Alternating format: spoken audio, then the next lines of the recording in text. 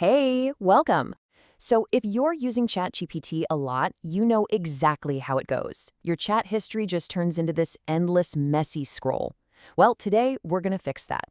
We're diving into a really powerful feature called Projects, designed to bring some serious order to all that chaos. Let's get you organized. Sound familiar? You're just scrolling and scrolling through this long list of chats with titles that don't make any sense. You've got conversations about your business plan right next to recipe ideas and notes for your next vacation. It's a super common problem, and honestly, it makes finding anything a real headache. So on the left, you've got the digital equivalent of a junk drawer, just everything thrown in together. But on the right, you've got the solution, a nice, clean, organized set of workspaces. And that right there is the whole idea behind ChatGPT Projects. It's all about turning that mess into focused, easy-to-manage projects. So what is a project really? The most important thing to get is that this isn't just about putting things in a folder. We're talking about creating a totally dedicated digital workspace for each one of your big ideas. Think of it like this. A project is basically a container.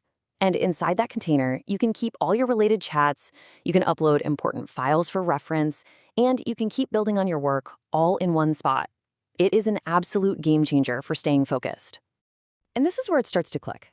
A project could be for something totally personal, like planning out your garden. Or it could be for creative stuff, like scripting out your YouTube videos. And of course, it's perfect for your professional life, like brainstorming a whole new business. The possibilities are pretty much endless.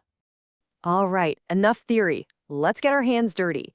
Building your first project is incredibly easy, so let's just walk through the steps together right now. Okay, first things first, just look for projects over in your ChatGPT sidebar.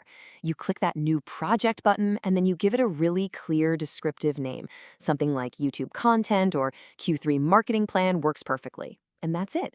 Boom, your workspace is officially created.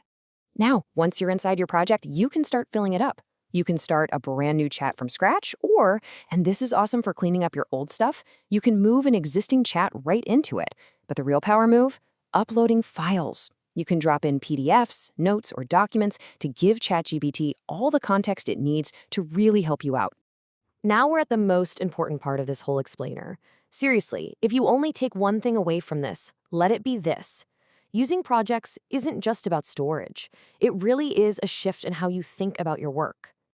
This is the key. A project is a living, breathing workspace where your ideas actually evolve. You don't just dump things in there and forget about them. You actively go back to build, to refine, and to continue your work inside that space over time. Let's see how this actually plays out with an example. So imagine you create a project called Garden Plan. Your very first chat in there might just be brainstorming. You're kicking around layout ideas, themes, and what you might want to plant with the AI. Okay, now maybe a week later you come back to that same project.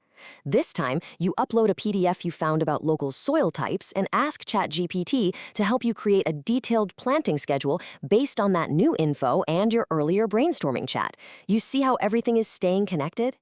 And it just keeps going. As your garden actually starts to grow, you can add new chats with your own notes, observations, and questions. The entire history, from that first little idea to ongoing maintenance, all lives in one place. That's the real magic of having a single context-aware working environment. So, to wrap this all up, let's go over a few simple but really powerful rules. If you follow these, you'll get the most out of projects and, keep your workspace from getting messy all over again. First off, keep them simple and use clear names. Don't overthink it. A really good rule of thumb is just one project per topic. And maybe most importantly, when you have more to do on that topic, go back and reuse that same project instead of starting a random new chat. That's how you keep all that valuable context alive. So, there you have it. The power is in your hands now. You've got the tool and the strategy to go from a chaotic workflow to a clean, organized one. The only question left is, what do you want to organize first?